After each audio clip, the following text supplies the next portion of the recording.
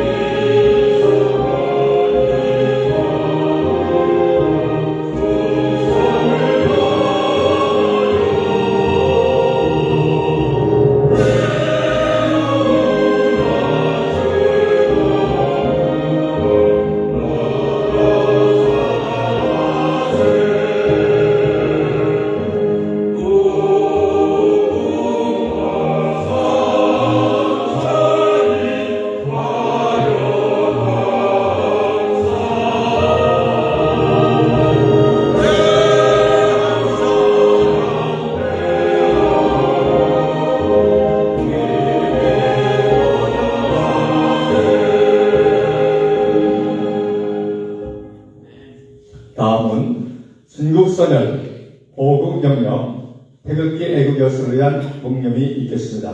일도 운영.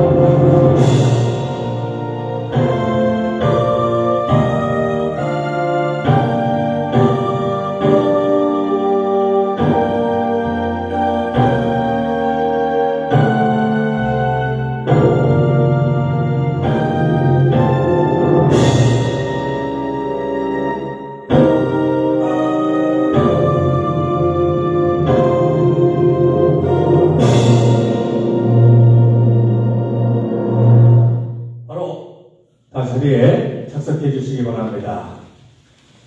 오늘 귀한 강사님을 모시고 우리가 애국 강연을 하게 됐습니다. 우리 또 강사님이 직접 자기 자신을 소개하면 좀 자랑이 될 것 같아서 제가 조금 시간이 걸리더라도 오늘 모시는 전용선 강사님을 소개해드리도록 하겠습니다. 1964년생 당진 출생이시고요. 유명한 면천 초등학교, 면천 중학교를 나오시고 대전 대신고등학교를 졸업하셨습니다. 또 경찰대학교 제3기 수석으로 졸업하신 걸 보면 거의 천재급이신 것 같아요. 특이한 경찰 경력을 가지고 계신데 김영삼, 김대중, 노무현 3대 정부에서 청와대 파견 근무를 한 특별한 그런 경험이 있으십니다. 제가 우리 전영선 청장님의 프로필을 보면서 참 훌륭하신 분이다라고 이렇게 느끼게 됐던 것은 귀한 에피소드가 있으시더라고요. 경찰 총경을 3년 연속 떨어지셨답니다. 탈락하셨답니다. 그래서 집안에서 굉장히 불평불만하니까 초등학교 2학년 어린 딸이 공무원이 승진을 위해서 일하면 되냐, 나라를 위해서 일해야지. 그 에피소드를 듣고 참 이렇게 딸을 잘 키웠으면 훌륭한 또 아버지요, 또 좋은 우리 경찰 또 공직을 하셨으리라고 믿습니다. 충남 경찰청장과 대전 경찰청장을 치안감으로 지내시고 또 경기도 경찰청장을 치안정감으로 지내시면서 30년 동안 공직을 퇴임하셨습니다. 이 경기도 경찰청장 출신이 국회의원이 지금 한 4분인가 5분이 계십니다. 우리 전영선 청장님께서도 당진의 제22대에 출마하셨다가 민주당 어기부 의원에게 3,200표, 약 3.5%로 안타깝게 참 낙선을 하셨는데 이런 좋은 보수파의 지도자가 앞으로 또 국회의원으로서 또 정치계에서 좋은 활약을 해 주시라고 믿습니다. 낯선 섬김이라는 그런 책도 출판하시고 또 세안대학교 특임부총장으로 역임하고 계십니다. 우리 전영선 전 경찰청장 당직 당협위원장님을 모셔서 귀한 애국 강연을 듣도록 하겠습니다. 박수로 환영해 주시기 바랍니다.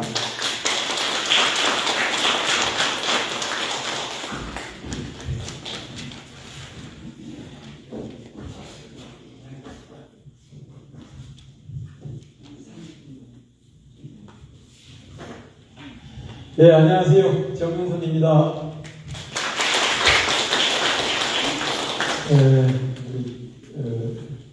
목사님이신가요? 아주 정확하게 설명을 해주시는데 저는 지금 당진 감리교회 장로입니다. 원래 제가 저희 미신을 믿던 집안인데 어머니가 이제 무병이 걸려가지고 내림구슬에서 무당이 되어야 되는데 저희가 사형제예요. 근데 어머니가 무당이 되면 아들들한테 누가 딸을 시집보내겠느냐. 왜냐하면 무당이 우리 어머니처럼 그렇게 내림구슬에서 강신무라고 그러는데 신이 내린 무당, 무당이 되는 경우도 있지만 또 이렇게 세습을 하는 무당이 있거든요. 그래서 무당의 아들이나 며느리를 또 무당이 되어야 돼요. 그러니까 아마 우리 아들들한테 딸을 보내지 않을 거다. 그래가지고 교회 나가야 되겠다. 이렇게 결심을 하셔서 교회 나가셔가지고 우리 감독님 나와 계신데 저희 형은 감리교 신학대학을 전체 수석으로 들어가셨어요. 그래서 지금 인천 전동교회에서 목사님이 되셨고 저는 또 경찰청장이 되는 그런 축복을 받았습니다. 오늘 저를 불러주셔서 굉장히 감사해요. 근데 사실 우리 당진의 고광산 목사님이 진짜 목사님 같으신 목사님, 악이라고 하는 것이 하나도 없는 그런 분인데 단체에 있다고 한번 가겠냐고 그래서 이런 목사님을 추천하는 그런 단체면 제가 가야지 하고 모시고 와서 우리 아까 계신 갑자기 김학래 목사님인가요? 한번 뵙고 여기 설명을 듣고 그렇게 했는데 저를 불러주셔서 정말 감사합니다. 여러분이 교회에 나가서 성령 체험을 하고 하나님이 살아계신 걸 깨닫게 되고 구원의 확신을 갖게 되면 어떻게 해요? 그거를 전하지 않으면 견딜 수 없는 그런 마음이 되잖아요. 그죠? 전도하게 되고 자꾸 이렇게 말씀을 전하고 싶은 그런 게 있잖아요. 근데 저는 지금 우리가 갖고 있는 지금 처해 있는 그런 상황에 대해서 이거 깨우쳐주지 않으면 참 이 대한민국 큰일 나겠다는 그런 생각 때문에 이렇게 불러주신 데 대해서 정말 감사하게 생각합니다. 제가 사실은 막 준비한 것은 한 6시간 계속 해도 될 만큼 준비를 했는데 줄여서 빨리빨리 말씀을 드리도록 그렇게 하겠습니다. 경찰 경력은 아까 말씀을 하셨기 때문에 그걸 생략하겠습니다. 지금 우리 대한민국 상황이 이 자리에 계신 모든 목사님들도 말씀하신 것처럼 굉장히 위험해요. 근데 설마 하고 생각하고 그냥 넘어가는 사람들이 굉장히 많고 나는 내가 보수야, 나는 국민의 지지자야 하는 사람들이 또 설마 그렇게 사는 그런 생각을 가지고 있어서 이 상황을 어떻게 표현을 하고 어떻게 전달해야 될지 참 모르겠다 하는 그런 생각이 듭니다. 왜 그러냐면 지금 우리 대한민국은 좌파가 이미 완전히 지배하는 그런 나라가 이미 되었습니다. 아시겠지만 우리 박헌영이 예산군이잖아요. 남로당 공산당을 만들어가지고 그때 해방되었을 때 우리 남로당에 가입한 사람이 78%였어요. 공산당에 가입한 사람이 쉽게 말하면 78%였어요. 그 아들이 원경 스님이라고 스님이 돼가지고 먼저 서울시장 하다가 자살한 그 박원순 거기하고 역사문제연구소를 만들어갖고 좌파 이론을 막 만들어서 그게 중고등학교로 그대로 갔죠. 그래서 지금 40, 50대가 그 교과서를 다 배우게 됩니다. 지금 경기도 교육감하는 이재정 교육감이 성공회대 총장을 하면서 거기서 운동권 주사파 아닌 교수를 임명을 안 했어요. 거기가 완전히 원상이 되어서 이제 정치권으로 이렇게 다 배출이 됐죠. 그래서 지금 이념적으로 굉장히 이 좌파가 지배하는 그런 나라가 됐습니다. 보셨겠지만 현재 법원이 지금 60%가 넘습니다. 좌파 생각을 가지고 있는 판사들이 60%가 넘어요. 이게 굉장히 지금 무의미한 건데 좌파들이 어떻게 움직이냐? 그러면 참여연대라고 하는 단체가 있습니다. 이게 박원순이가 만든 거예요. 박원순이가 만들어서 참여연대 그러니까 굉장히 좋은 것 같은데 사실은 거기서 좌파 이론을 다 만들어냅니다. 그러면 진보연대라고 하는 그 단체가 있어요. 이 진보연대는 반정부 투쟁을 총괄하고 현장에서 지휘하고 그래서 모든 좌파단체 총연합이 진보연대입니다. 근데 우리가 참여연대 거기서 박원순이가 뭘 했냐면 아름다운 가게 그런 걸 해서 막 지도층한테 물건을 기부받아갖고 그걸 팔아서 51%를 동성애하는데 뭐 이렇게 좌파단체 이런데 지원을 해요. 모르고 그냥 뭐 아름다운 가게하고 뭐 좋은 일을 한다고 그러니까 이렇게 주죠. 그래서 참여연대에서 모든 좌파 이름을 다 생성해내고 그거를 가지고 진보연대가 조직화하고요. 현장에서는 민주노총이 직접 투쟁을 하죠. 그리고 전교조가 2년 교육을 하고 그 활동비는 뭐로 쓰느냐 그러면 좌파 정권이 짓고 나면 각종 이권 사업을 다 거기다 줍니다. 이재명이가 성남시장 할 때 거기 뭐 청소 용역 뭐 이런 것들을 다 우리 경기 동부연합이라고 하는 좌파단체는 다 줬죠. 거기서 다 덕점을 그 이득금 그다음에 민주노총 투쟁 민주노총이 얼마나 웃기게 하냐면요 이런 거예요. 2003년도에 제가 당시 경찰서장을 했고요. 그때 화물연대라는 게 처음 만들어졌어요.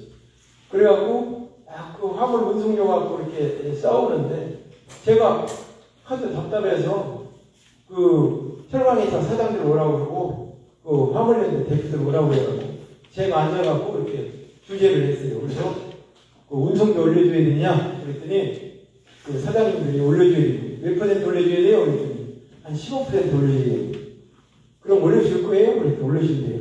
그렇지. 그러니까 가서 일해. 빨리 타임하고. 그랬더니 이 친구들이 가서 우리 노조원들하고 상의하고 오겠습니다. 그러고 나가요. 그리고 1시간 있다 왔어요. 안 됩니다. 왜 안 되냐? 그랬더니 나중에 그 이야기를 하는 거예요. 뭐냐면 우리는 하루를 투쟁해서 15% 올리는 거 중요하지 않다. 15일을 투쟁해서 1% 올리는 게 더 중요하다. 이게 뭐냐면 하루 만에 15% 올리면 노조원들이 반발합니다. 첫째. 그 다음에 노조비 걷어놓은 거 데모하면서 술도 먹고 해야 되는데 하나도 못 쓴다는 거예요. 그런데 15일 동안 막 그렇게 고생하고 투쟁하고 하면서 1%를 올리면 노조원들이 그냥 고생했다고 그렇게 인정을 해줍니다. 그런 사람은 그렇게 안 고마워. 그게 이게 노조원들을 위한 노조인지 그 지도를 위한 노조인지 생각하게 된 것이죠. 근데 이 민주노총이 지금 언론을 다 장악했습니다. 민주노총 산하 언론노조 그게 MBC 지부, 뭐 KBS 지부 이렇게 해가지고 민주노총이 지금 사실은 여론을 주도해 나가는 그런 모양새거든요.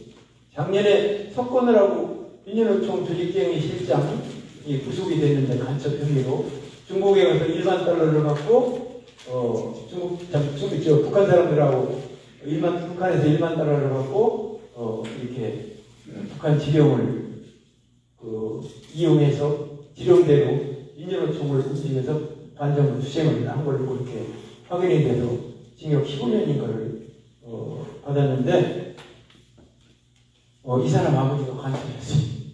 진도 간첩단 사건에 연루돼서 무기징역 선고받고 18년.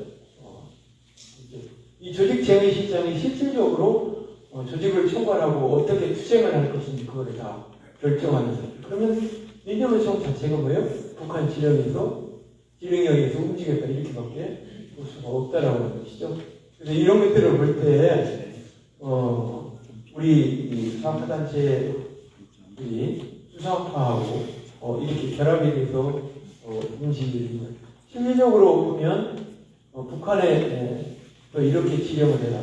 세월호 사건 났을 때 이렇게 투쟁을 해라.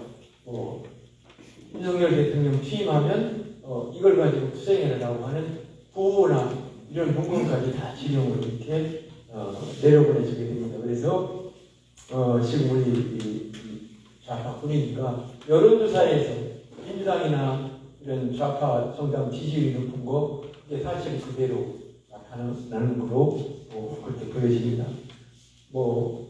공수처, 경찰, 검찰 여기도 거기에서 그렇게 자유롭지 않다라고 하는 것을 말씀드립니다. 지금은 이제 각계에 다 들어가 있죠. 그래서 이번에 개헌 선포했을 때도 개헌 선포하고 금방 민주당 국회의원들이 전부 다 국회를 집결을 해요. 정상이라고 하면 그렇게 빠른 시간 내에 집결을 할 수가 없죠. 그런데 개헌이 선포된다라고 하는 것을 청와대 안에도 첩자가 있어가지고 그걸 민주당에서 알고 있는 민주당에서. 그러니까 너네 우리 의원들 여의도에서 대기하고 있어라 이렇게 전달이 되었다라고 하는 소문이 있어요. 그러니까 1시간도 안 돼도 다 국회에 금방 국회로 들어와가지고 개헌 해제에 참여하는 그런 일이 있었던 것이죠. 참 걱정입니다. 그래서 이런 조직적으로 그렇게 움직이는 데 관해서 우리 우파는 모이지 않죠. 아까 감독님도 말씀하셨는데 하나님의 말씀을 깨닫고 또 세상의 진리도 깨닫고 하긴 하는데 그 진리를 실천하지 않아요. 행함이 없어요. 그러니까 나만 그저 복받고 하는 그런 믿음에 머물러 있기 때문에 나라가 어찌 옆에 사람이 굶어 죽든 별로 관심이 이게 진짜 기독교의 위기요 나라의 위기다 그렇게 생각을 합니다. 이게 안보도 굉장히 위험합니다. 북한이 2003년 말에서 2024년 초에 우리로 치면 국회도 열고 최고 전원회의라고 그런 회의도 열고 이렇게 해가지고 앞으로 남한하고 대화하겠다, 통일하겠다, 두 개 국가로 가자 이렇게 이야기했어요. 그러고 나서 왜 그랬는가? 그러고 나서 통일단체가 있었죠. 조평통이라고 조국평화 통일위원회가 하는 게 있었는데 그런 단체도 다 없애고 남한에서 북한에 세워준 그런 연락사무소 이런 거 다 폭파했거든요. 왜 그랬을까? 보면은 첫 번째는 우리하고 국력 격차가 크기 때문에 도저히 자기네가 전쟁을 통해서 정권 통일하기는 쉽지 않다라고 하는 그런 생각을 가진다는 거예요. 두 번째로 남한하고 자꾸 대화하다 보니까 남한의 문화가 자꾸 북한으로 흘러들어간다는 거예요. 그래서 오히려 북한 사람들이 쉽게 이야기하면 김일성 사상 이것이 자꾸 와야 되고 체제를 위협받게 됩니다. 그래서 세 번째는 뭐냐면 이미 충분히 남한 내 간첩이 침투되어 있고 자기들 의사대로 움직일 수 있으니 굳이 대화하고 할 필요성을 못 느낀다라고 하는 것이 지금 북한이 남한하고 대화하라고 각자 국가로 가자라고 하는 그런 원인으로 그렇게 분석을 합니다. 우리 사이에 이제 종북주사파가 있었잖아요. 북한의 그 지령을 받고 김일성 사상이 좋다라고 생각을 해서 활동하던 사람들이 사실은 이제 멘붕이 오고 북한하고 대화가 안 되니까. 그러니까 지금 어떻게 하냐면 그냥 옛날에 박정희 대통령이 한국적 민주주의 했듯이 우리식 사회주의 국가, 공산주의 국가를 만들면 된다라고 하는 생각을 가지고 지금 나가고 있는 것이죠. 실질적으로 이제 간첩 수사도요. 지금 문재인 정부 들어와서 간첩 수사를 할 수가 없는 시스템으로 만들어놨어요. 2024년 1월 2일부터 국정원이 간첩 수사를 원합니다.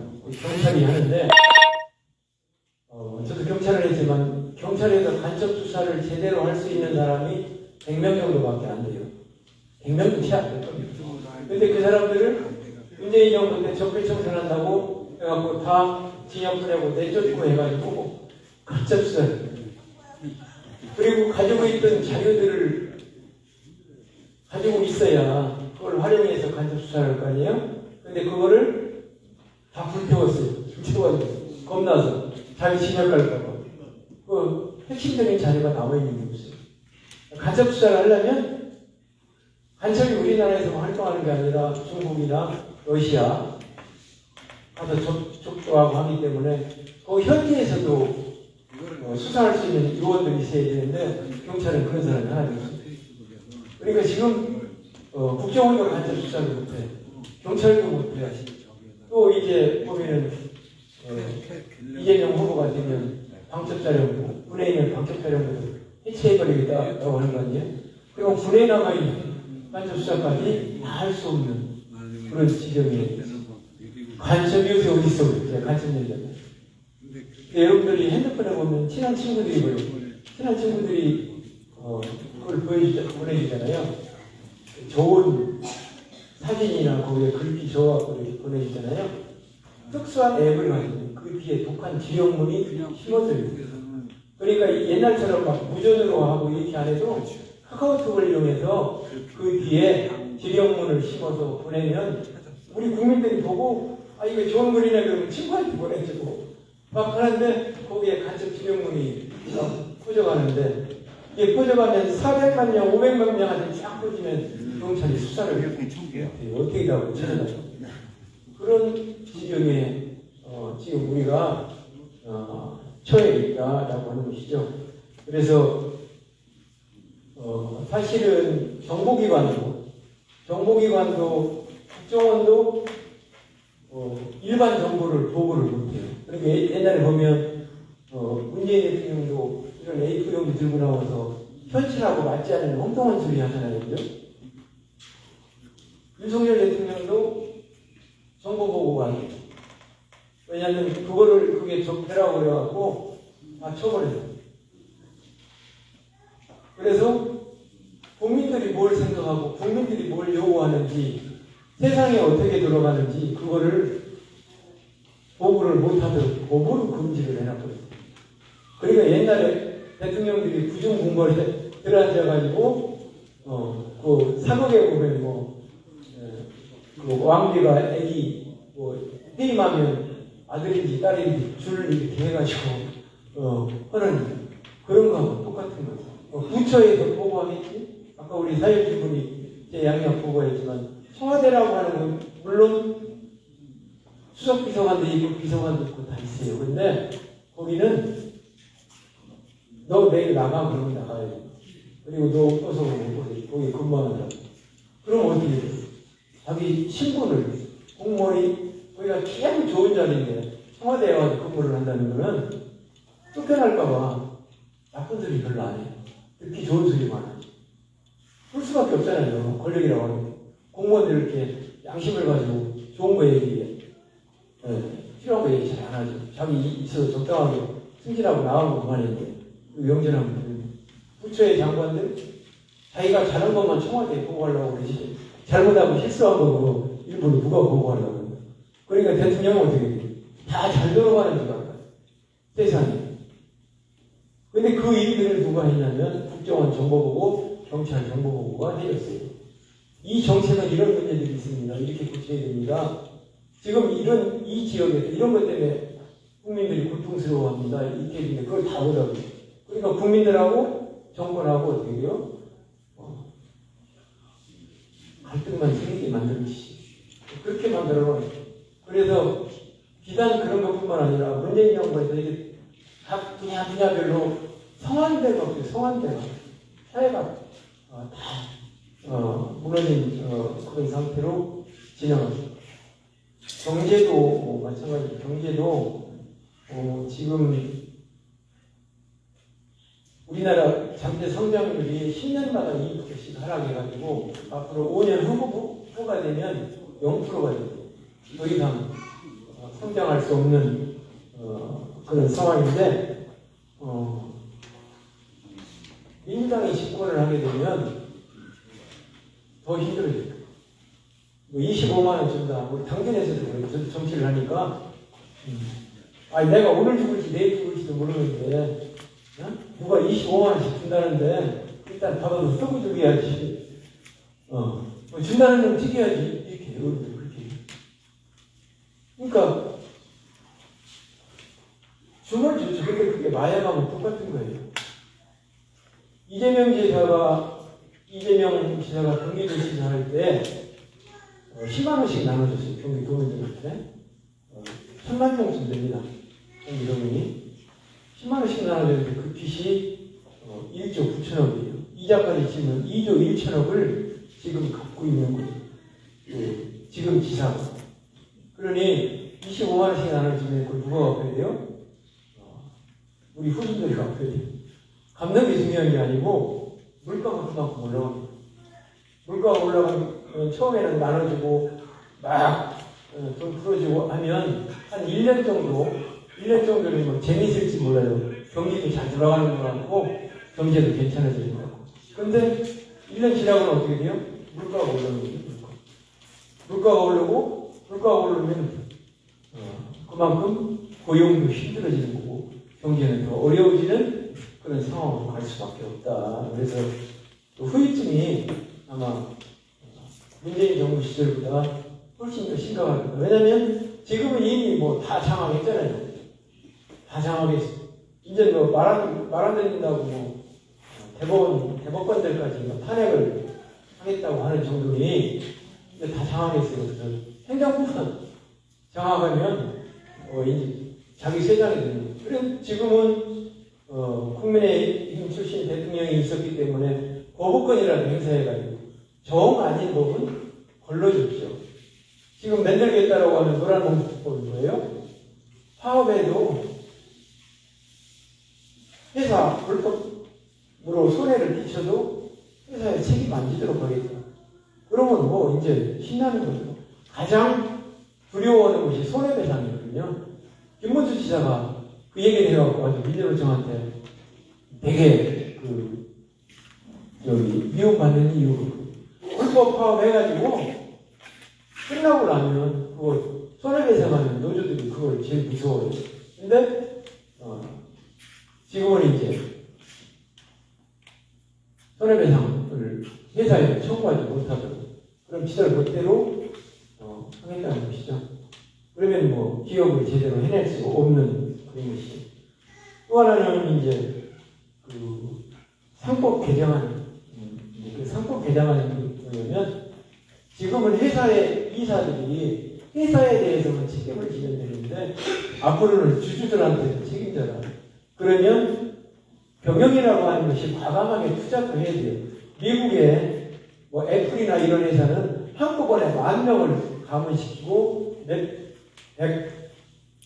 100달러씩, 100억 달러씩 이렇게 투자를 합니다. 그래야 이 회사가 크기도 하는데 그런 위험성 있는 투자를 안 하게 되면 미래에 대한 투자를 안 하고 현상 유지만 할 가능성이 있죠. 그렇게 되면 경제가 더 어려워지고 기술 개발이나 혁신산업 이런 부분에 투자를 할 수가 없게 되니 하지 말자라고 하는 것과 똑같은 겁니다. 그래서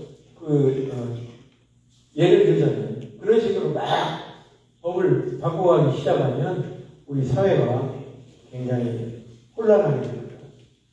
이게 외국에도 물론 노조가 있어요. 미국도 LA 경찰도 노조가 있고요. 근데 거기는 노조가 무엇을 하냐면 그 노조원들한테 노조비를 걷어서 투자를 해요. 투자를 해가지고 퇴직한 경찰관들한테 1년에 $10,000씩 줘요. 싱가포르 경찰도 노조가 있어요. 근데 거기도 노조비를 걷어서 뭐를 하냐면 택시 회사를 운영해요. 경찰관 출신들이 퇴직 경찰관들이 운전을 하니까 그 택시 일을 안심하고 더 하게 돼요. 그래갖고 거기서 나오는 이익금을 가지고 경찰관들 후생복지를 위해 이렇게 써요. 그러니까 노조가 사실은 노조원들을 위한 노조의 이익을 위한 그런 것들을 중점적으로 하는 게 맞는 것이죠. 그러나 우리는 이게 정치투쟁 위주로 하다 보니까 노조원들 후생복리하고 별로 상관이 없어요. 그래서 상당한 혼란도 예상될 것이다라고 하는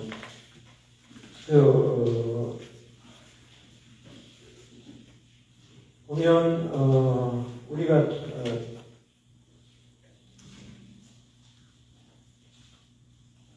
제일 중요한 것은 지금도 이제 어제 저녁에도 막 심각한 일이 있었더라고요. 그래서 김문수 후보하고 한덕수 후보하고 이렇게 단일화해야 된다, 말해야 된다, 티격태격 하는데 사실 민주주의는 조금 시끄러운 게 민주주의죠. 시끄럽지 않은 건 공산주의나 독재국가인 것이고 조금 시끄러워서 사람들의 관심을 갖도록 만드는 것인데 잘 정리되는 일이라고 봅니다.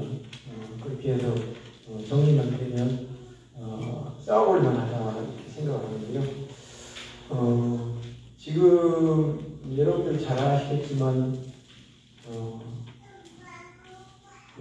1917년에 러시아가 공산화가 됐죠.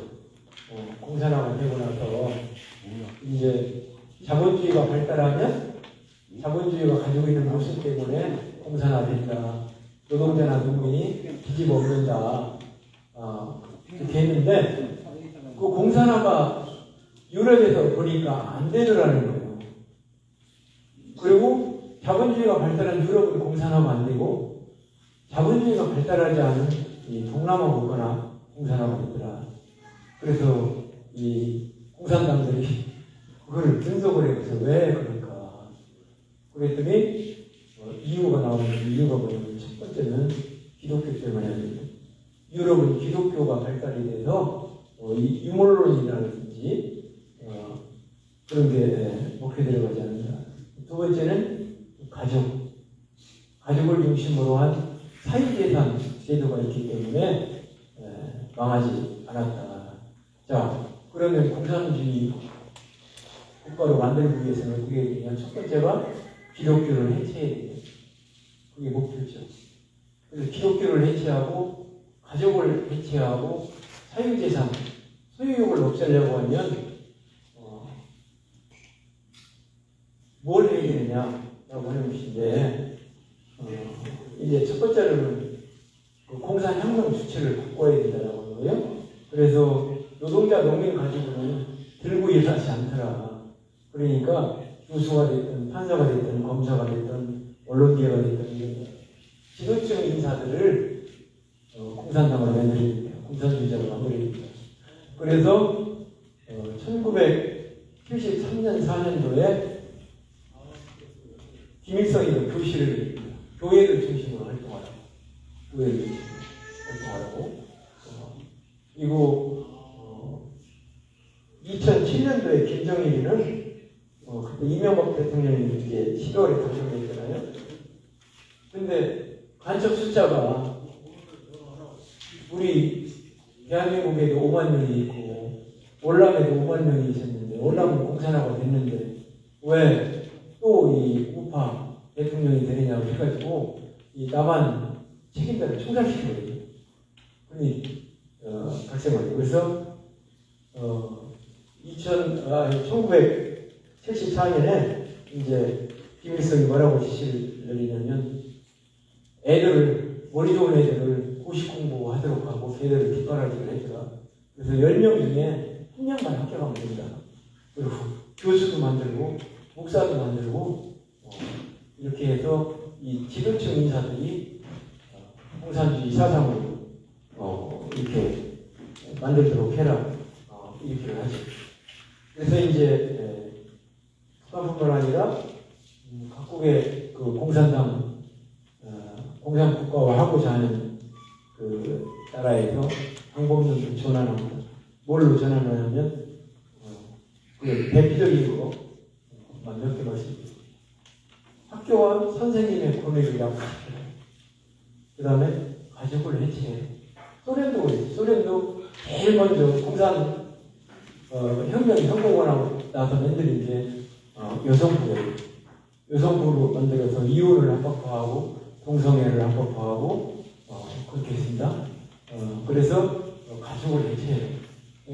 소유욕이 가족 중심으로 생기기 때문에 가족을 해체해서 소유욕을 성욕으로 그래서 과부 일처제, 다처 일부제 뭐 이렇게 이상한 그런 형태의 가정도 만들어라 이렇게 만들었죠. 그 다음에 어린이들한테 성교육하고 동성애 교육을 시켜요. 우리 당진에도 그런 교육을 해서 시간이 깜짝 놀랐다고 하는데 무슨 교육을 시키냐면 초등학교 애들한테 야 엄마가 둘이면 좋지 않냐 그런 교육을 시키네. 엄마가 둘이면 좋지 않냐 집안에. 그래서 제가 그랬어요. 아빠가 좋을지 모르겠다. 엄마가 둘이면 잔소리가 2배로 늘어날 텐데. 근데 그런 거 교회를 해체해.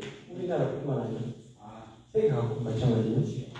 그 다음에 인종차별을 범죄로 만들어요. 사법 시스템을 신뢰할 수 없도록 만들어요. 국가나 기관 보조금에 의해서 생활하는 사람들이 많도록 복지제도를 강화해라. 과도한 음주를 홍보해요. 이런 것들이 방법론이 변화했지. 이제 그 다니다 보면 차별금지법 이런 것도 있잖아요.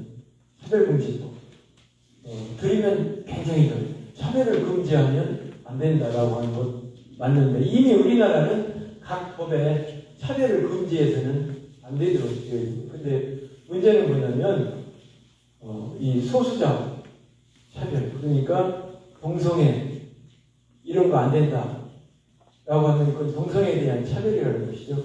그래서 그걸 처벌을 해야 된다고 그러니까 뭐 유튜브에 보니까 목사님이 설교하다가 동성애 그거는 죄입니다.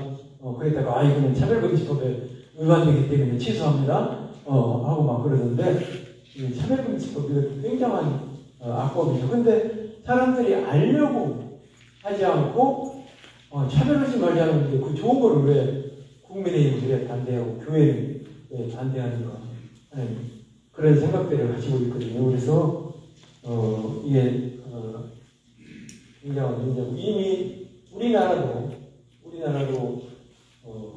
인천에서 막 동성애 이런 포스터를 선생님이 전비도 선생님이 붙이죠. 여기에 붙이니까 학생들이 그걸 사진을 찍어요. 그러니까 그 선생님이 애들 핸드폰을 뺐죠. 이거 함부로 이런 거 찍어서는 안 된다고. 그래서 이제 그게 문제가 되고 또 하나는 여학생이 남자로 성전환 수술을 해요. 근데 수학여행을 가는데 그 방을 나는 남자로 성전환 수술을 했으니 남학생하고 같은 방을 썼으면 좋겠다. 그렇게 쓰게 해달라. 학교에서 그거 어떻게 허락을 해주지? 못 해주지. 이 학생이 다시 그러면 나 독방을 줘라 그러면 난 여학생하고 자기 싫다. 난 성전환 수술하는 남자니까 그렇게 했는데 학교에서 그 불어를 그건 뭐 수학여행 오지 말라는 거냐. 근데 이거는 인권 침해다 해가지고 인권위에 신청을 해요. 이게 우리나라 이미 벌어지고 있고 작년 10월 27일 날 모든 교단이 다 모여서 집회를 했잖아요. 또 마찬가지. 그것도 동강보 동성애자인데 그 가족으로 피부양자로 인정을 해달라. 대법원에서 이미 인정을 했습니다. 그렇기 때문에 그런 게 이제 하나씩 우리가 이 기독교가 무너지고 하나님의 말씀이 무너진다라고 하는 것이죠. 그래서 이런 사회로부터 지키려고 하면 반드시 우리가 승리를 해야 돼요. 우리 국민의힘 후보가 승리한다 하더라도 지켜내기가 쉽지 않아요. 아까 말씀하셨죠. 목사님도 여기 말씀하셨지만 다 국회도 그죠? 언론도 그렇기 때문에 윤 대통령처럼 참 힘들게 또 해. 그래서 이번 지도자는 강단이 그리고 어떤 그런 하나님의 창조질서나 굴이 이렇게 상식적이지 않은 그런 것하고 타협하지 않는 그런 강력한 지도자가 대통령으로 세워져야 그래야 이 나라를 지킬 수 있고 우리의 신앙의 자유를 지킬 수 있게 되려고 저는 봅니다. 그래서 사실 저는 한동안 아까 좀 말씀을 드리는데 한동안 제가 신앙 관련도 많이 하러 다녔어요. 근데 한 번은 제가 서울에 있는데 진주지방 성장면 수련회를 하는데 저보고 와서 간증을 좀 해달라고 제가 오늘 막 시간이 촉박하니까 많이 빨라지고 이렇게 조금 왔다 갔다 하는데 서울에서 진주까지 가려니까 너무 먼 거예요. 그리고 저는 사례비를 받지 않고 신앙 간증을 하러 다녔습니다. 그런데 다음에 가겠다. 그랬더니 이게 그 다음부터요 저한테 와서 간증해달라고 하는데 한 번도 다 그렇게 해요. 하나님의 일은 이게 내가 좋다고 해서 하고 싫다고 해서 하면 안 되겠구나 라고 하는 것을 깨달았습니다. 그래서 오늘도 사실은 연휴잖아요. 연휴인데 우리 김학래 목사님께 어렵게 전화를 주셔서 왔습니다. 그런데 이런 이야기들이 많이 사실을 좀 알아야 되고 우리 특히 기독교인들이 우리 신앙을 가진 사람들이 진짜 정신을 차려야 됩니다. 이게 내가 지금 누리고 있는 이 신앙의 자유가 한순간에 무너질 수 있어요. 코로나 때 제가 권사했는데 장로님하고 싸운 적이 있어요. 그 장로님은 코로나 때 이 교회 못 오게 하는 게 정당하다는 걸 국가에서 하는 거예요. 그래서 저는 그랬습니다. 목사님이 판단해서 우리 여기 교회 좁은 때 감염 우려가 있으니까 좀 나누어서 예배드리고 우리 일부 예배밖에 못 드렸지만 일부부터 인원 줄여갖고 뭐 부부 10분 예배를 드리자 이렇게 교회 안에서 목사님이 결정해서 하는 거는 괜찮지만 국가가 그렇잖아요. 몇 명 예배드리러 교회가 아무리 크든지 적든지 그거는 신앙의 자유를 침해하는 것도 안 된다고 그랬는데 또 교회 장로님인데도 타협이 안 돼요. 이게 좌파 생각을 하고 있어가지고 진짜 심각해요. 아예 말씀을 안 하시죠.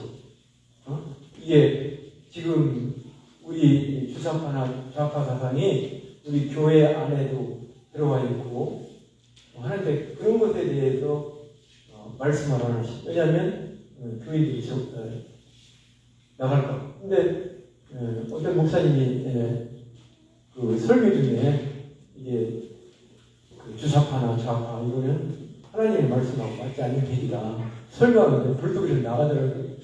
그런 사람들이 있다는 거예요.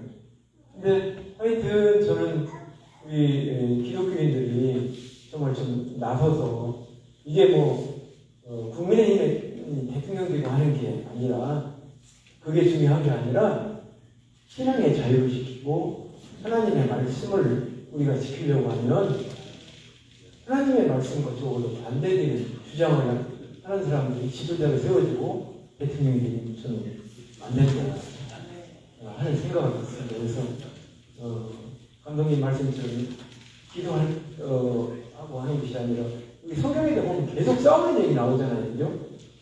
그냥 기도만 하고 있었는 게 아니라 계속 싸우고 죽기도 하고 혼돈하고 그러지 않습니까? 그래서 진짜 행동하고 실천해야 될 그런 시기다라고 하는 생각을 갖습니다. 여러분 정말 감사해요. 저를 불러주셔서 감사한 게 아니라 진짜 나라를 위해서 이렇게 모여서 기도하시고 같이 생각을 나누고 이렇게 하시는 단체가 있고 왜냐하면 좌파는 아까 말씀드렸잖아요. 그죠? 지역에 내려가서 그 참여연대라는 것이 다 시군 단위로 다 있죠. 우리 YMCA도 완전히 좌파가 돼가지고 저도 처음에 YMCA 들어가서 지금 탈퇴하고 있어요. 지역에 있는 시민단체라고 하는 것들이 거기에 우파단체가 있고요. 하나도 없어요. 제가 나서기 힘든 거를 좀 이렇게 기자 이름 이런 것 좀 정의의 이름으로 좀 해주십사라고 하는 단체가 당진에 하나도 없어요. 근데 좌파는 무슨 일만 있으면 나서서 하고 지난번에 제가 이런 이야기들을 PPT 자료 준비를 해갖고 당원 교육할 때 제가 직접 한 50분 동안 이야기를 했어요. 우리 당원들한테. 그랬더니 그거를 당진에 친구당하고 좌파단체에서 저를 고발했어요. 물론 죄도 안 되는 거 그냥 지네 정치행위 하는 거를 고발을 해서 신경도 안 쓰지만 그런 고발은 저는 언제든지 막받으실 자신이 있기 때문에 고발을 했는데 정말 이런 우리 애국단체, 보수단체 필요한데 지금 여기도 보면 목사님, 장로님 아니면 연세드신 어른들만 하고 있는 게 정말 안타깝고 속상한 일. 그래서 이런 활동을 해주신다는 게 저는 정말로 그래서 저도 시간이 되고 힘이 되는 한 최대한 돕고 참여하도록 그렇게 하겠습니다. 보면서 우리 고광산 목사님 처음에는 이렇게 조금 하다가 본인한테 별로 이익이 안 되는 것 같으면 안 오고 그런다고 해서 저 들어가고 그러시나 하고 걱정을 해왔는데 진짜 이런 단체 필요하고요. 많이 모이시고 이게 내 시간과 돈과 에너지를 그냥 누구를 위해서 하는 것이 아니라 저는 근본적으로 하나님을 위해서 이 땅의 복음화를 위해서 쓰여지는 것이라고 이렇게 생각을 합니다. 앞으로도 힘차게 왕성한 활동 그리고 기도를 부탁드리도록 하겠습니다. 고맙습니다.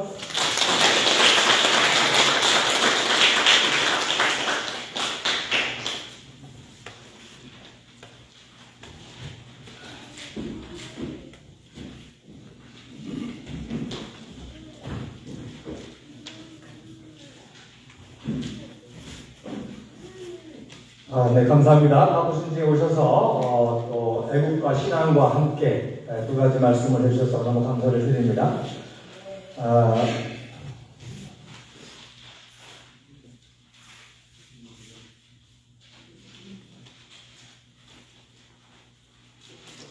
저 시간.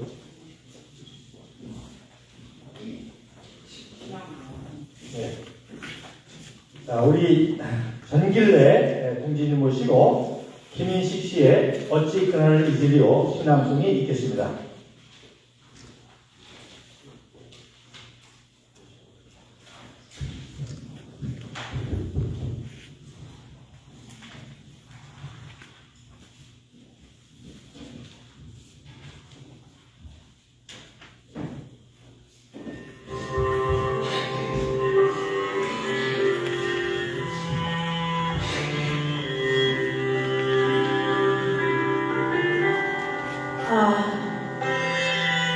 그날을 어찌 잊으리요. 김인식. 1950년 6월 25일 새벽, 고요하던 소요는 남쪽으로 북한군이 쳐들어온 날입니다. 총불이 겨누어 죽음의 공포를 몰고 왔습니다. 붉은 그림자 곳곳에 스며들어 사방으로 미친 듯이 달려들어 마구잡이로 짓밟고 죽이고 또 죽이고 암울한 고통의 역사가 새겨진 민족 분열의 날입니다. 붉게 물든 비밀인데 차마 눈뜨고는 볼 수 없는 전쟁의 화마. 굽어진 거리마다 널브러진 주검 통곡 소리. 아, 슬프도다. 이 아름다운 팔도강산이 역사의 암흑기가 되어 가슴에 응어리진 고통과 한. 새벽 봄물 터져 눈물이 바다를 이루고 말았습니다. 어찌 그날을 잊을 수 있겠습니까?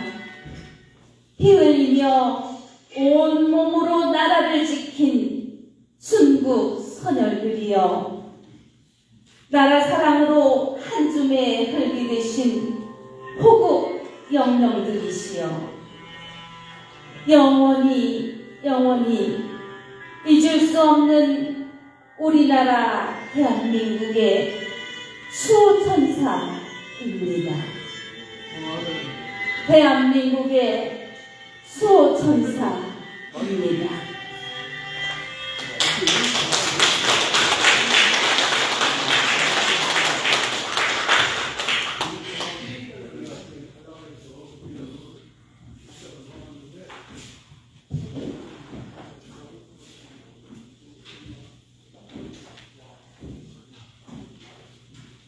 네, 3부 진행을 맡은 상임회장 김총희 인사 올리겠습니다. 여러분! 오랫동안 기다리셨죠? 이 교육을 받고 하려면 굉장히 몸이 힘듭니다. 한번 기지개를 마음껏 치면서 소리까지 내라.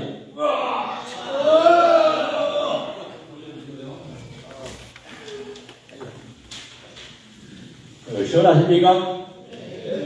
체력이 받쳐줘야 전투를 할 수가 있습니다.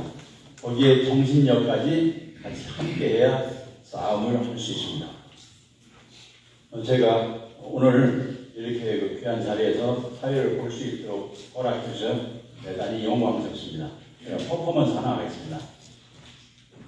하늘에 계시는 주여, 내가 눈을 들어 주께 향하나이다. 아멘.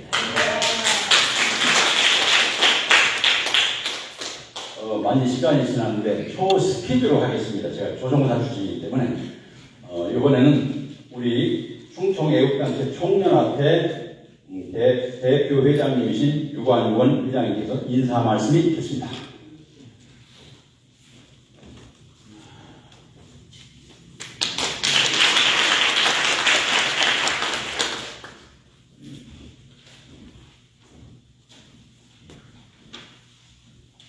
예, 유관도입니다.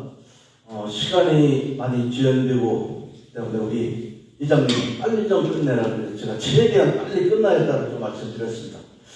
사실 제가 인사 말씀 드리기 전에 여러분들 지금 우리나라의 현실을 잘 보고 계시죠? 바로 지금 우리 눈앞에는 대통령 선거가 다가와 있습니다. 저는 저 개인적으로 제가 국민의힘 당원이기 때문에 솔직히 현재 진행되는 이 부분, 답답한 부분 제가 한 1분만 말씀드리겠습니다. 대통령 후보를 뽑으려면은 원칙을 정해야 됩니다. 그러면 국민의힘 당 대통령 후보냐, 아니면 국민 경선을 통해서 대통령 후보가 결정이 되면은 우리 국민의힘 당으로 입당을 해서 그 사람을 우리 대권 주자로 내세울 거냐, 원칙을 정해야 됩니다. 그런데 지금 진행되는 이 상황을 보면은 여러분들 어떻습니까? 우리 국민의힘당 대통령 후보입니까? 아니면 국민 경선을 통한 대통령 후보입니까? 뭐가 뭔지 모르겠어요. 우리 국민의힘 당이 정말로 국민의힘 당인지 국민의 짐이 되는 당인지 저도 답답합니다. 룰을 정했고 경선을 해서 치열한 경선에서 대권 주자가 결정이 됐으면 모든 정권은 그 사람한테 주고 빅텐트를 치던 개인 텐트를 치던 그것은 대권 주자 그 사람이 집권을 하기 위해서 모든 것을 다 걸고 결정을 해야 되는데 왜 당권 주자들이 간나라 대처나 이렇게 참견과 간섭이 많습니까? 이렇게 해서 우리가 과연 민주당 정부를 이기겠어요? 저 자신이 굉장히 답답합니다. 원칙을 정했으면 그대로 가는 것이 맞습니다. 그리고 지금 우리는 반국가 세력과 전쟁을 해서 이겨야 되기 때문에 전사나 투사를 대통령 후보로 뽑아야 되는 겁니다. 저 개인적으로 이거는 제 사견입니다. 저는 개인적으로 우리 김문수 후보님하고 지금 한간에 그 무소속의 한덕수 전 총리님을 제가 오랫동안 같이 지켜봐서 제가 알고 있어요. 그런데 김문수 후보님 나름대로 다 검증이 됐지요. 모든 것이 다 검증이 됐습니다. 그런데 안타깝게도 우리 한덕수 무소속 후보님은 아직은 검증이 안 됐습니다. 미검증이 됐습니다. 뭐가 미검증이 됐느냐? 그분이 고위 관료로서의 길을 걸어오면서 여러 가지 청문회를 거쳐서 물론 그분 자신은 검증이 됐습니다. 그러나 내자 그분의 사모님이죠. 그분은 서울대, 미대, 서양어과를 전공했고 제가 아는 개인적인 정보입니다. 아마 그분이 많은 전시의 그림을 출품한 걸로 제가 알고 있습니다. 이 대성관도 그렇고 코바나 콘텐츠도 그렇고 그러면 고관 대장의 부인들이 그림을 그려서 전시했으면 여기도 많은 그림이 있습니다.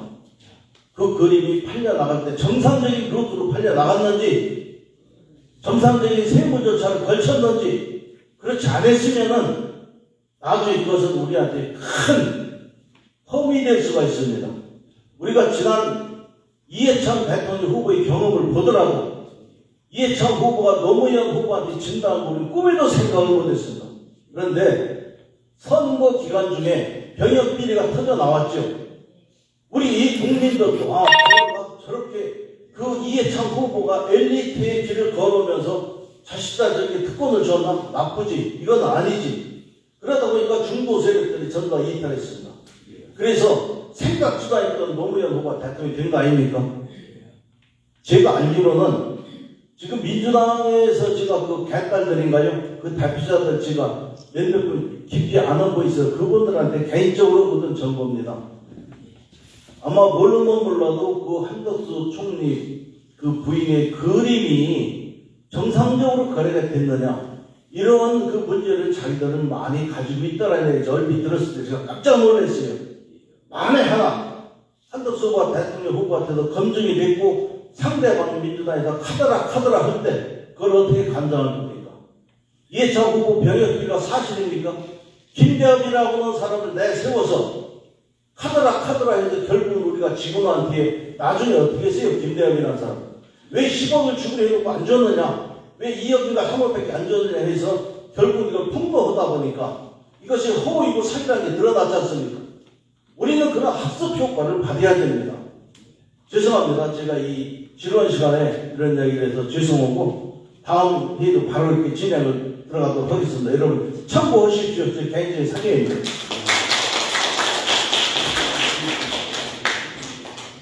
네, 이어서 제2차 임효건 임명장 수여식이 있겠습니다.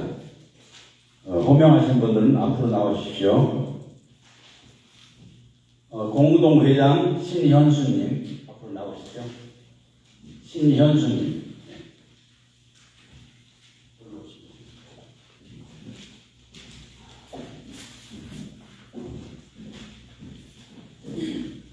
임명장 직책 공동회장 성명 신현순. 위분을 충청애국단체 총연합회 공동회장으로 임명합니다. 2025년 4월 15일 충청애국단체 총연합회 대표회장 유관곤 대표.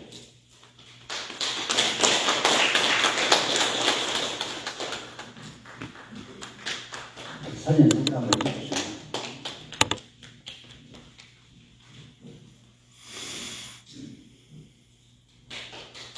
다음은 휴대장 직책 대표음은 노범선 앞으로 나와 주시죠. 아니 이거 좀 뺍니다.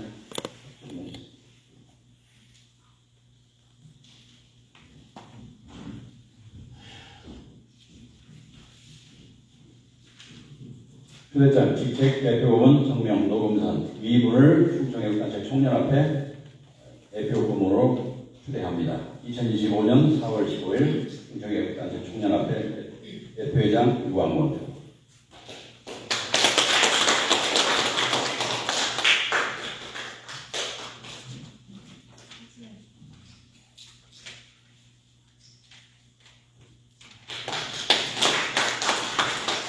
다음은 서성의 대표 고문님 앞으로 와주시죠.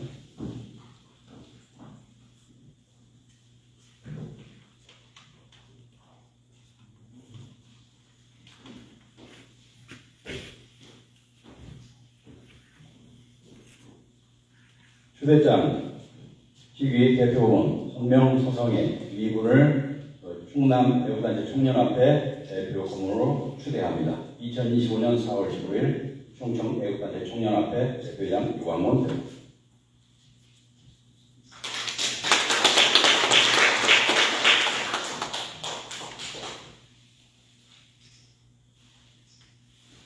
다음은 전문 고문님 정영관 고문님 앞으로 모시겠습니다.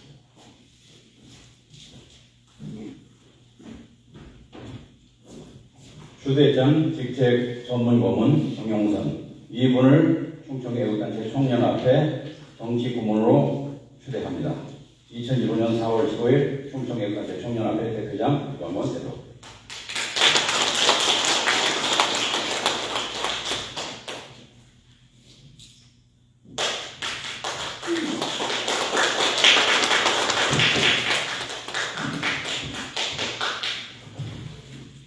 다음은 최재봉 서산지부장님 앞으로 나와주십시오. 그 다음은 당진 오광산 지부장님 앞으로 대기해 주시고요.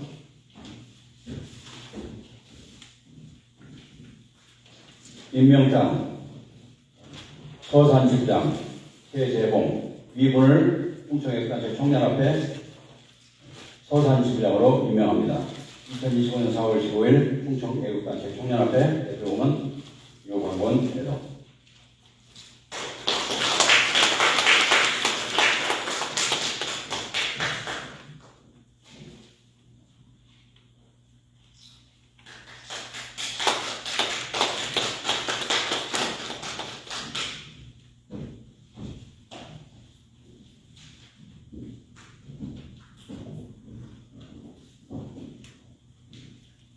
임명장 당진지부장 오광상, 위분을 충청애국단체 청년합회 당진지부장으로 임명합니다. 2020년 4월 15일 충청애국단체 청년합회 대표장 유관원 대표.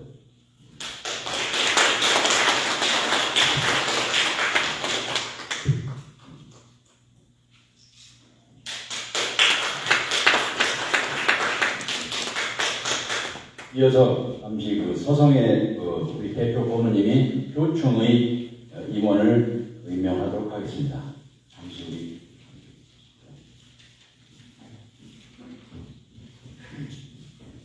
충청본부장 최정용 앞으로 나와주십시오. 호명하겠습니다. 순서대로 충남본부장 조성재, 충북공동본부장 이창성, 권은혜, 천안시 본부장 김홍수, 새마을 교육위원장 김명현 교수, 새마을 교육운영위원장 김황래, 임명장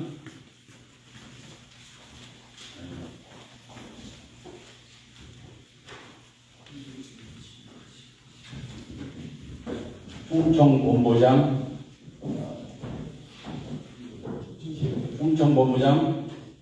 최정용, 위분을 사단법인 대한교충위 충청본부장으로 임명합니다. 2010년 4월 15일 사단법인 대한교충위 교충위연합 총재 소성애 대표.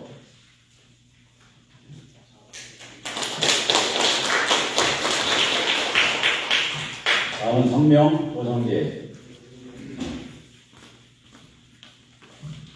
위분을 사단법인 대한교충위 충남본부장으로 임명합니다.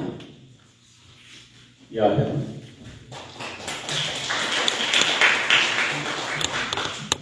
다음은 성명 김응수.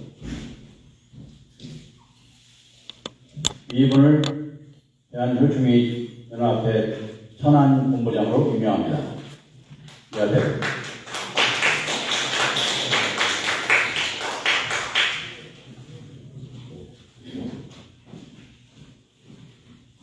임명장 충북공동본부장 이창성, 권은혜, 이창성 대비로 받도록 하겠습니다. 이분을 충북공동본부장으로 임명합니다. 이 앞에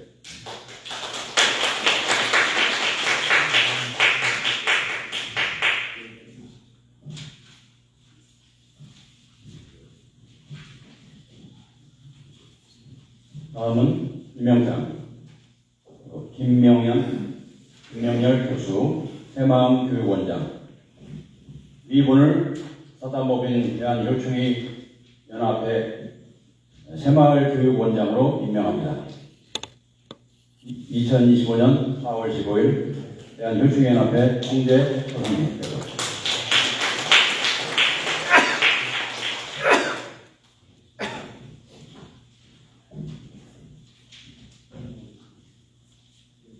이상으로 마치겠습니다. 사진 촬영, 차렷, 정례,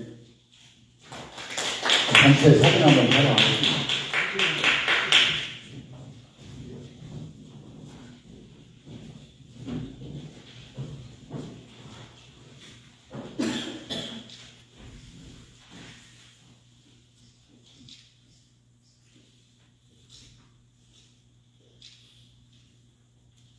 이어서 하상용 사무총장의 경과 보고가 있겠습니다.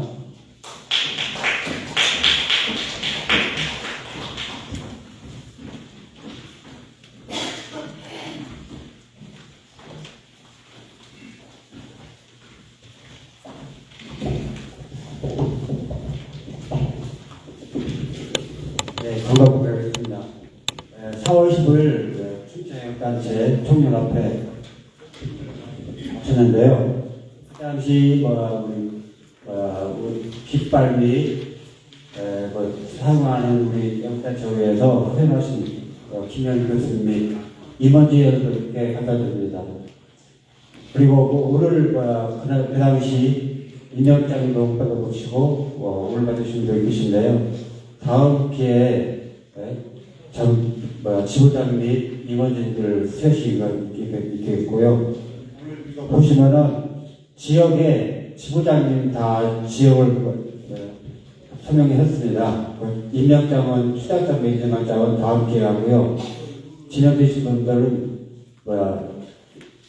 다음 기회에 확실하게 하고 배지 및 시연식을 하겠습니다. 그리고 오늘 충청 지역에 있는데요. 충남 지역 본부장님 계시고요. 그리고 충북 본부장, 총괄 본부장 계시고요. 대전 총괄 본부장 계시고요. 그리고 충북, 청주, 지부, 충남 지부 다 나오고 있습니다.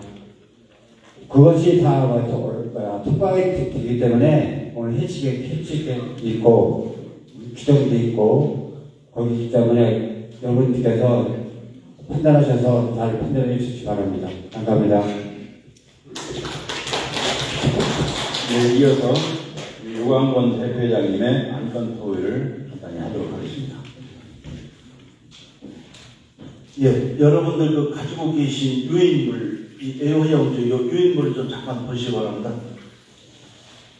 거기에 보면은 충청 애국단체 총연합회에서 한 페이지 한 장을 넘기게 되면 충청 애국단체 총연합회 정관이 나옵니다. 그 정관이 1항에서부터 12항까지 있습니다. 이 사항은 제가 사전에 사무국장님한테 전달을 받아서 검토를 다 해본 사항이고 여러분들이 아마 충분히 이 내용을 좀 보셨을 이렇게 생각합니다. 거기에서 제가 여러분들한테 동의를 구하죠. 이건 하나의 안입니다. 확정된 게 아니기 때문에 제가 여러분들한테 동의를 구하고자 하는 사항은 7항입니다. 7항. 7항에 보면 충청 애국단체 총연합회 대표회장 및 상임회장단 임기는 3년으로 정한다. 이렇게 했습니다. 이것이 아니기 때문에 여러분들이 결정해 줘야 되는 사항인데 임기는 1년으로 정할 수도 있고 2년으로 할 수도 있고 3년으로 할 수 있습니다. 그러나 이런 큰 단체는 회장의 임기가 긴 것이 결코 좋은 건 아닙니다. 여러분들도 다 노타리나 라이온스 회장은 1년이죠.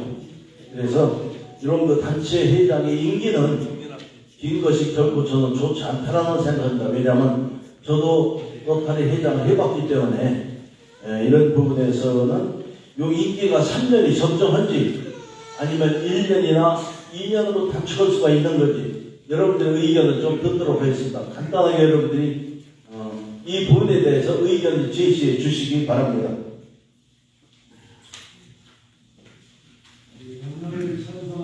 원하는 3년으로 찬성합니까?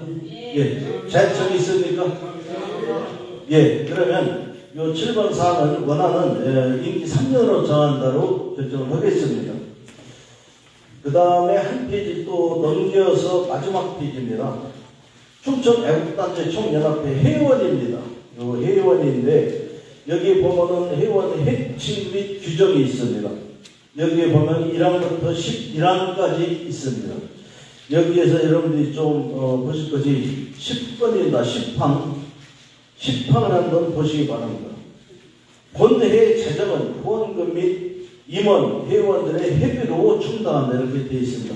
어떤 단체든지 재정이 있어야 그 단체를 꾸려가는데 우리 충청 애국단체 총연합회도 지금 현재 재정은 제로입니다. 전무한 상태입니다.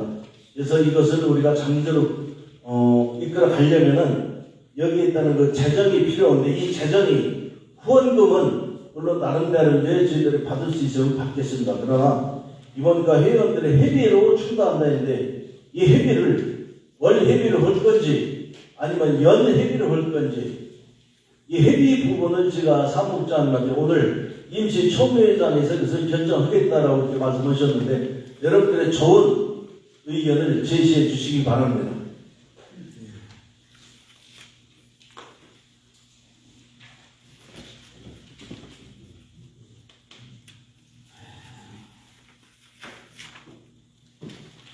좋은 의견이 있습니까?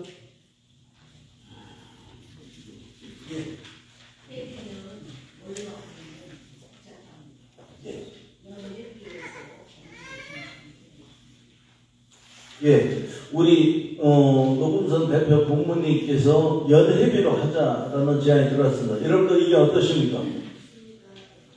예, 찬성합니까? 예, 제청하시는 거죠? 그러면 회비는 연회비로 하겠습니다. 그리고 회비 금액은 회비 액정은 어떻게 쓰면 좋겠습니까?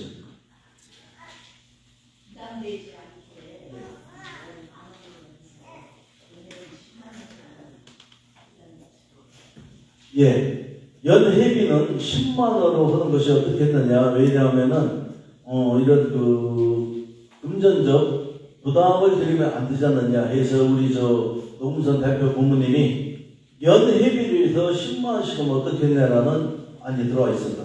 여러분들 의견 어떠십니까? 제청하고 찬성하시는 거죠? 자, 그러면 본회의 10분 하입니다. 본회의는 회의원의 회비는 연회비 10만 원으로 충당하는 것으로 그렇게 오늘 결정을 짓도록 하겠습니다. 동의하십니까? 예. 그러면 정관 수정은 이것으로 저희들이 모두 끝내겠습니다. 그리고 다음 거기에 보면은 경과 보고 충청지역 회원 지부 우리 사무총장이 어디 계십니까? 예. 우리 사무총장이 나오셔서 이걸 해주시기 바랍니다.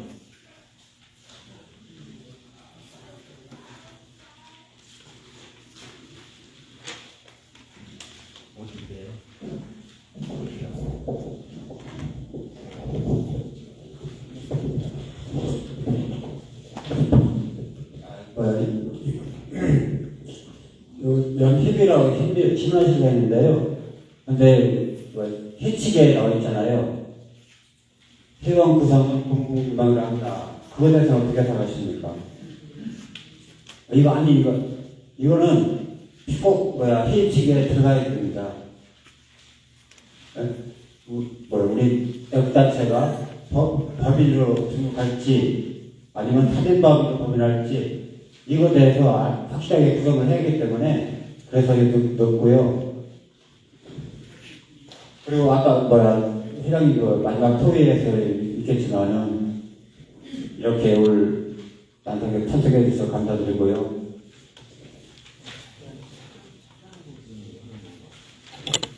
이 탈퇴는 어떻게 생각하십니까? 탈퇴한 것에 대해서. 탈퇴,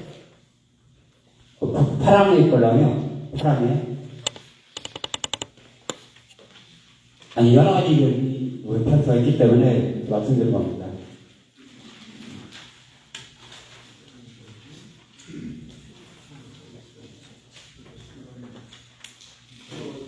예, 말씀하세요.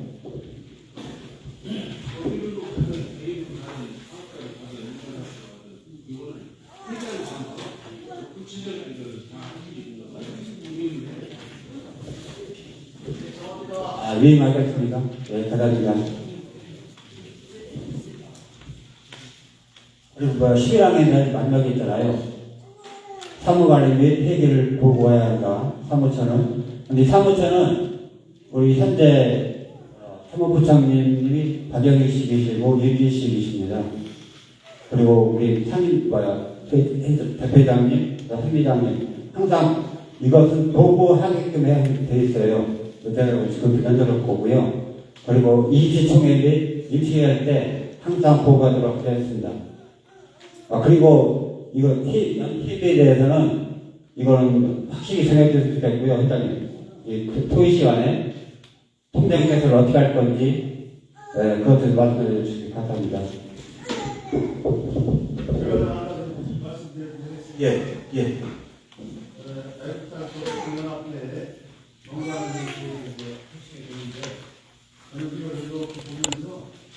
정부안의 어떠한 우리가 이 공부가라든지 기타라든지 많은 정관들이 있잖아요. 사회에 그런 정관에 보면 제1조의 목적이라든지 배경이라든지 뭐 여러 가지들 있잖아요. 활동을 어떨 것이라든지 이런 것들이 부문별로 해서 총칙과 뭐 이런 것들이 좀 잘 안 될 것 같아요. 내용을 보니까. 그래서 아까 의원단 일본은 여기에 그 산업 개인의 이웃까지는 넓히고 운영 것이고 제가 볼 때는 그런 별도의 명단으로서 수보는 있는 것이고 또 그 명단도 수시로 바뀌게 될 것이고 소우리 정부는 그러한 형식을 좀 제대로 갖춰가지고 임원단에서 해가지고 공부하는 게 해주는 게 좋을 것 같다. 예, 감사합니다. 좋은 지적 잘 해주셨습니다. 저도 사실 이 부분에 대해서 우리 이정현님의 그 제안에 적극적으로 공감을 합니다. 그래서 앞으로 이 정관은 저희들이 개정도고 수정도에서 사실 선도 부분이 많이 있습니다. 앞으로 저희가 우리 집행부 임원들하고 수시로 상의해서 이 정관을 재개정 수정을 해서 여러분들한테 다시 한번 이 사항에 대해서 보고 드리도록 하겠습니다. 기타 토의 시간입니다. 기타 특별하게 여러분들이 제안을 하거나 아니면 나도 오늘 꼭 이 모임에서 내가 이러이러한 제안을 하고 싶다라고 하는 거 있으면 발언해 주시기 바랍니다. 예, 김학래 목사.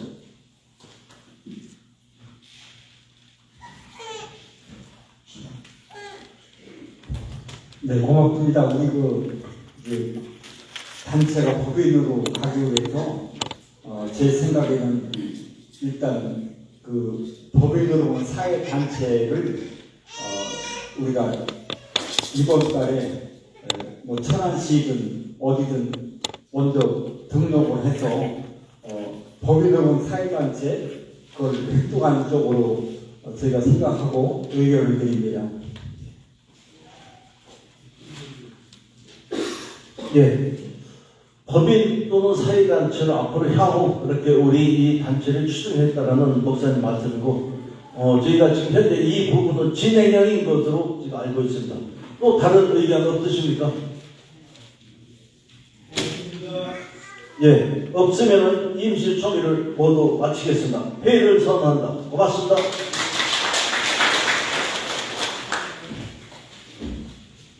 마지막으로 우리 이상범 충남 총괄 본부장님께 나오셔서 만세 삼창을 힘차게 해주시겠습니다.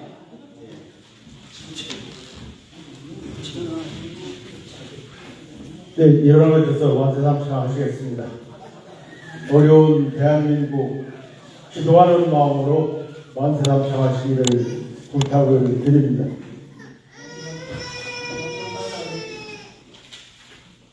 대한민국을 위하여 만세!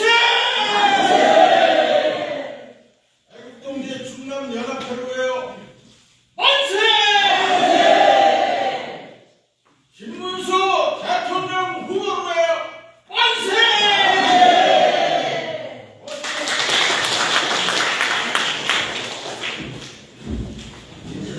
이어서 사진 촬영이 있겠습니다. 오늘 참석하신 분들은 한 번도 빠짐없이 여기에 오셔야 우리의 의지를 전 세계